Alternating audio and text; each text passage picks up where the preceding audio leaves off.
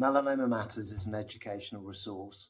The content represents our opinions and does not constitute medical advice. If you're a patient with questions specific to your situation, please consult your medical practitioner. Hi, everybody. Welcome to Melanoma Matters. I'm Sapna Patel. And I'm James Larkin. Hi. Hi, speeding car in the background. We are going to talk mucosal melanoma because I think we haven't actually done a proper podcast on that subtype. So we'll talk mucosal. There's a couple of main papers I think we all think about in this space about efficacy of checkpoint inhibitors. Maybe on another occasion, we can actually think about KIT inhibitors in this disease. Controversial, maybe, not in widespread use. But the checkpoint inhibitors, there's two papers. There's a JCO paper, and then there's an Annals of Oncology. But before we do that, I wanted to ask you how many times you've gotten called for an emergency on a plane. Is there a doctor on the plane? That's a good question. I've lost count. Yeah, it's too many, right? Yeah, very large numbers. Any good stories? First one, I don't think I've told you this story before. I was a brand new qualified doctor, 1996, and my then girlfriend, I'd met her when she was a Rhodes Scholar in Oxford, and we were going back to a family wedding. Actually, well, I was going to say Cape Town, is in Stellenbosch, which is close to Cape Town, basically. Christmas, and I get a call. She was South African then? Yeah.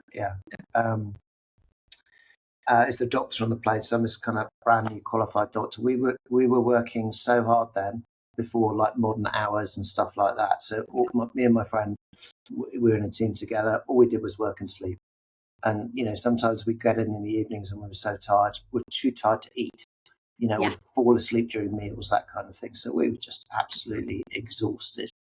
Various stories. Anyway, so is there a doctor on the plane? And I think I'd gone to sleep anyway, so it's like 11-hour flight or something to Cape Town from London. And it was maybe 4 hours into the flight, I think, and we were then over the middle of Africa, basically.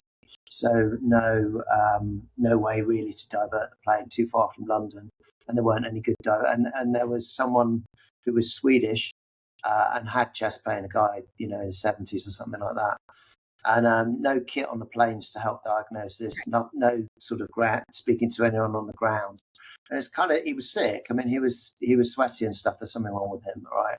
And so, it's probably an inferior MI, or maybe the guy was sick, clearly sick. They had I think they had a spig, so you could measure blood pressure. His pulse was a little bit thready, that kind of thing. I think he probably had an inferior MI, maybe a pulmonary embolus. I think it may have had some aspirin on the plane, so I think maybe gave him some aspirin. I didn't think it was GI. So I do all this sort of stuff, and the guy's like lying down on the centre seats of a jumbo jet, basically, and they've moved everyone else out of the way. And then basically, like after 10, 15 minutes, the guy, he was Swedish. I can't speak Swedish. He couldn't really speak English. And so we were kind of communicating in German because I can understand a bit of German and he could speak a bit of German. It wasn't straightforward at all. Anyway, and then within, say, maybe 10, 15, 20 minutes later, this other guy walks up and he said, I heard the call, for a doctor.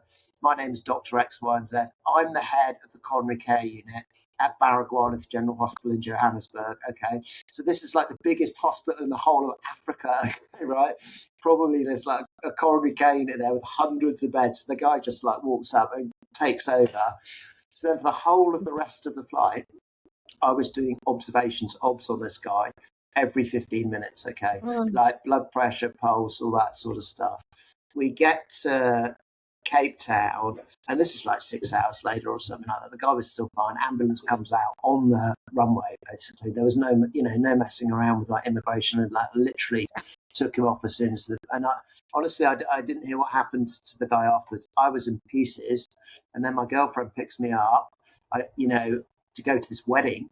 And I think the flight had, the ambulance thing had delayed everything, basically. So we arrive after the bride, her sister. Okay. I'd kind of meanwhile got changed in like the back of the car on the way from Cape Town Airport to Stellenbosch. And I was just in absolute pieces. So anyway, so the only thing, I don't know if I'm allowed to say this one, the only nice thing of that was British Airways. On the way back, they upgraded me to business class. And I'd never flown business class before, and that was thoughtful, and I think the guy was fine. So that's the first time. I've got other stories, including with other airlines. There isn't time now, being less generous. Yeah. And I've had situations where I've had to make diagnosis on long flights, which have saved a diversion. And all the consequences of a diversion, not least financial, to the airlines. And I've had absolutely nothing back in return, not even thanks. Oh, yeah, absolutely right. And actually, these days, British Airways may not even be as generous. The same airline these days may not give you the same. I will say, in our new lives as podcasters, if this really takes off for us as a thing, I know what our next podcast should be. It should be us just having all our physician friends and colleagues on, because every single one of us has these stories. Yeah. Oh yeah. How can you not? Every single one of us. And most of them are not great. No. They do not end well. They're real things, which tells you they announce that for almost always real things. But that's the next one we should do. I'll just tell you another bad one actually quickly. This wasn't an airplane, but my wife and I were on holiday in Mexico, Yucatan, and we were driving to Chichen Itza, and we just had one of these amazing Beetles, VW Beetles, because at the time, this is 20 years ago probably, that was that was fun. So we're driving along I don't know if you've been there, all these flat roads on the Yucatan Peninsula, then up ahead, there is this scene of absolute carnage, basically, where a minibus has gone off the road, rolled over a few times, glass everywhere, and we are the first responders, my wife and I. And luckily, my wife had some gloves with her, so we go in, right? And then it was like a triage situation, basically. So there were Italian tourists, these people, maybe 15 or 20 of them. Some of them, like a lot of glass embedded, into their, bodies. But a lot of them were screaming and shouting. We said, look, we can speak Italian. You're okay. Yeah. Like, please stand over there. And then we had to triage the people who weren't making any noise, and look for pneumothoraces and that kind of thing. And again, luckily to my memory, no one was dead at that stage. And then the emergency people maybe turned up 20 minutes later and they took over. But we had 15 or 20 minutes trying to triage all the passengers in this minibus. So yeah, blood everywhere. Hence the gloves, blood everywhere. Can only imagine. Anyway, that's put a bit of a down on the whole thing. Yeah. Good. On to mucosal. Yeah. So should we? Why don't we do the JCO one first? Because I guess that's the one that first came out. A bit of background. I mean, I guess most people know about mucosal melanoma, but we lump all these mucosal melanomas together. But the fact is, of course, that they'll start in different parts of the body. So you've kind of got the head and neck ones, and then you kind of got the pelvic ones. They're the commonest ones anyway, and then anorectal, female genital tract. I mean, that's the way I carry on. The commonest ones in what sense? The ones we see in clinic is what I was thinking. I mean, there are other rarer ones than those, but go on, are you thinking of something else? No, Casey Coots, who I work with at Colorado, she's a super talented PhD in this space. I think she, and maybe, probably she has a good handle on this, is it's all regional. So in Asia, it's nasopharyngeal, much more common. In the US, UK, maybe we'd have to look at Europe and Australia, it's more anogenital. Yeah. So I wonder if once you start factoring in like all of the Asian population, is it actually more common here? But then that's in a very specific. Yeah. No, I mean, that's a fair comment. And obviously, in Eastern Asia, it's the commonest type of melanoma that we see, as we know well. So what do we know about these intrinsically? Well, they'll often present late. They can be aggressive. You might not get symptoms in the same way that you would with a cutaneous melanoma.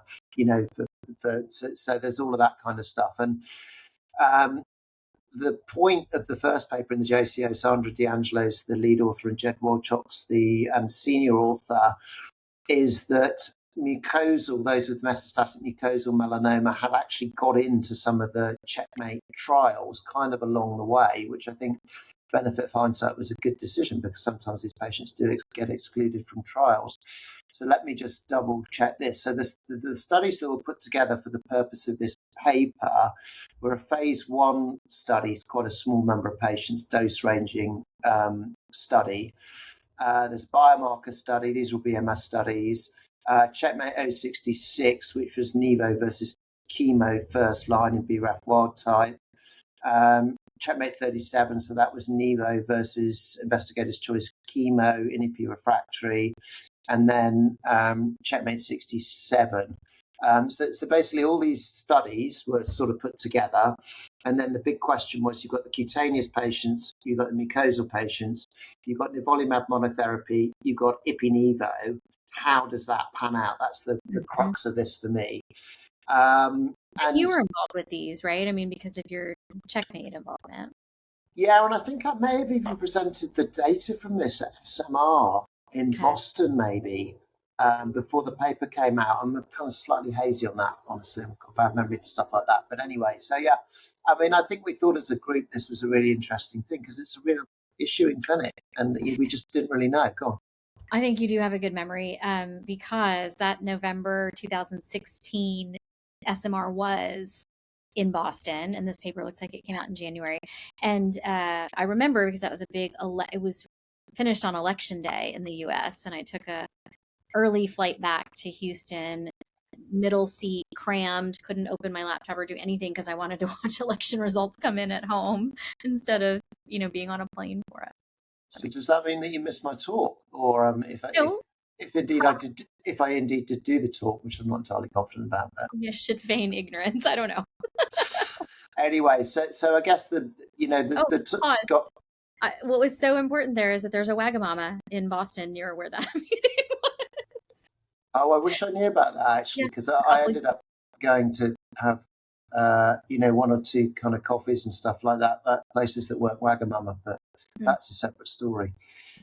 In any case, so I don't think it's too much to say about toxicity, really, that we don't know already, and we don't need to labour that, I don't think, i.e. there's more toxicity from ipi-nivo than there is from nivo mono. I mean, I would cut straight to the PFS just to maybe talk about that a little bit. Yeah, figure 1. So figure 1A is the mucosal. And you can just, if you look at the numbers there along the bottom, the total number of patients there, I'm just doing the maths now, it's going to be about sort of 150, 160 in the 3 different groups. There's ipi mono as well. I should have said that before. And then if you look at the cutaneous numbers, this is figure 1B, then you've got, basically 1,000 patients, 1,100 probably. So then the cutaneous PFS curves, I think, behave as you would sort of expect, and I'm not sure there's too much to really say about that. Relative, I mean, maybe you would say that there's a relatively brief duration of follow-up, actually. So it's kind of, not really much out beyond 12 months. So that's a sort of a caveat, I suppose. And then if you look at the mucosal at the top 1A, numerically, ipi-nivo is doing best. That's in yellow. Nivo mono is just below that. But, maybe a big take home for me here is the ipi mono. I mean, pretty much everyone, that's 36 patients, had progressed by the 6-month time point, if you see that. Can I say, as we, our group in Houston was reading this paper and sort of digesting it, I think we actually missed this figure. I actually don't think we spent a lot of time on the PFS here. We really focused on the objective response rates. And honestly, so I think that's right. I've always focused on that as well, actually, and that's what I've carried around in my head if I'm in clinic or I'm kind of teaching or that kind of thing. But what's the moral of that story? Always look at figure 1, do you think? Supplementals, demographics, figure 1. In this podcast, Sapna and James discuss the importance of looking at figure 1. Don't stop. Sorry, I interrupted you. No. But actually, it's a transition. I mean, I don't know if we even said the response rates here. We said it before we started recording because I was saying you have a photographic memory. But it might be important to say those response rates, but then that actually takes us to a more, maybe slightly more contemporary paper that came out during the pandemic that was 500 or so mucosal patients that talks about PFS. Yeah, we should say the response rates, though. It's 37% for ipi-nivo and mucosal and 23% for nivo mono. I mean, I don't think you can really say much about response durability here, limited follow-up, that kind of thing. But that's the kind of thing I had in my head from here, that it looks like, that felt like these are small numbers, et cetera, but it felt like that was potentially a worthwhile difference, I guess, in a difficult to treat disease.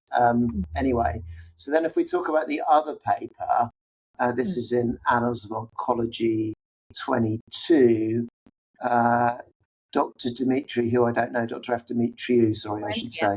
Yeah, is the lead author. Georgina Long is the senior author. And like you say, this is a really good number of patients here. And the title, I should say, as well, single agent anti-PD-1 or combined with IPI in those with mucosal melanoma, an international retrospective cohort study. So if you just look at the abstract, it's 25 cancer centres here around the world, so globally, and you've got those that were treated with anti-PD-1 monotherapy, got those that are treated with ipi-nivo. And again, in terms of efficacy readouts, response rate, PFS, OS, also analysed by primary site. I'm sure we'll come back to talk about that in a minute. And I guess really for me, the take home here and the context with the other paper is that it didn't really look like in this data set the IPI was adding too much in terms of efficacy, but then they're beginning to see these interesting differences with different parts of the body and whether that might be relevant for efficacy, which I think is an important point. So I guess one question is, how do we sort of put these two data sets together for clinical practice? And then the other question is going to be about biology. And, we're lumping all these things together as mucosal melanomas. But, as you hinted at when you're talking about geographical distribution, they're probably quite different diseases from each other, I guess. Probably quite different diseases, and there are probably some pharmacogenomic differences at play here. We know this for chemotherapy, that there are certain CYP3As, 4As of the liver that metabolize chemotherapy differently in different groups. And you wonder if we're doing the right thing thinking of this as one disease, or is it anatomically different diseases and then also geographically? I mean, many times, and I think 067 you guys might have done this where you separated it by geography, and here it would be important for us to make sure we carve out Southeast Asia as its own place. So a couple of things. Do the PFSs sort of line up and OSs between these two data sets? I think the PFS is going to be the kind of key question, given, there's loads more mature follow-up from this Annals paper than there was for the JCO paper. But if you look at the PFS, so I'm now looking at figure 1 in the paper, I think it's in the same ballpark. The lines are really close together. 5 and 4 is what the text says. Yeah, 5 months for monotherapy, 4 months for combo. Yeah, so which are medians, and then in the JCO paper, PFS median again 3 months, 95% confidence interval, basically 2.2 to 5.4 for mucosal, and that's nivolumab, and then for ipi-nivo 5.9 months, confidence interval 2.8 to not reached. Mm-hmm. So, I think that's pretty similar, and they're such different data sets. I'd be fairly relaxed about that. Well, we were sort of chatting about this, that the D'Angelo paper is checkmate trial. So it's sponsored studies that would have had pretty symmetric data collection, might be the way to say it. At least they were pretty hopefully consistent across those trials and as a sponsor, and then how each site was going to report.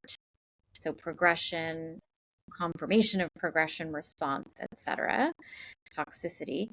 The Dimitro paper, 500 plus patients retrospectively worldwide, but not necessarily clinical trial patients. So could be subject to recall bias. We don't necessarily know in the methods, how did they find each of their mucosal patients? Was it just everybody remembering the last, mucosal patients they treated? Was it some systematic way to get them all? So there's going to be a little bit of recall bias there, and then just collection bias that, they're may not be scanning at the same intervals and may not be reporting symmetrically. Having said that, those PFSs feel roughly similar. It's about 6 months for checkpoint inhibitor. Now, what checkpoint inhibitor? Because one study, it's the single agent that gets you 5 months. The other study, it's the combination.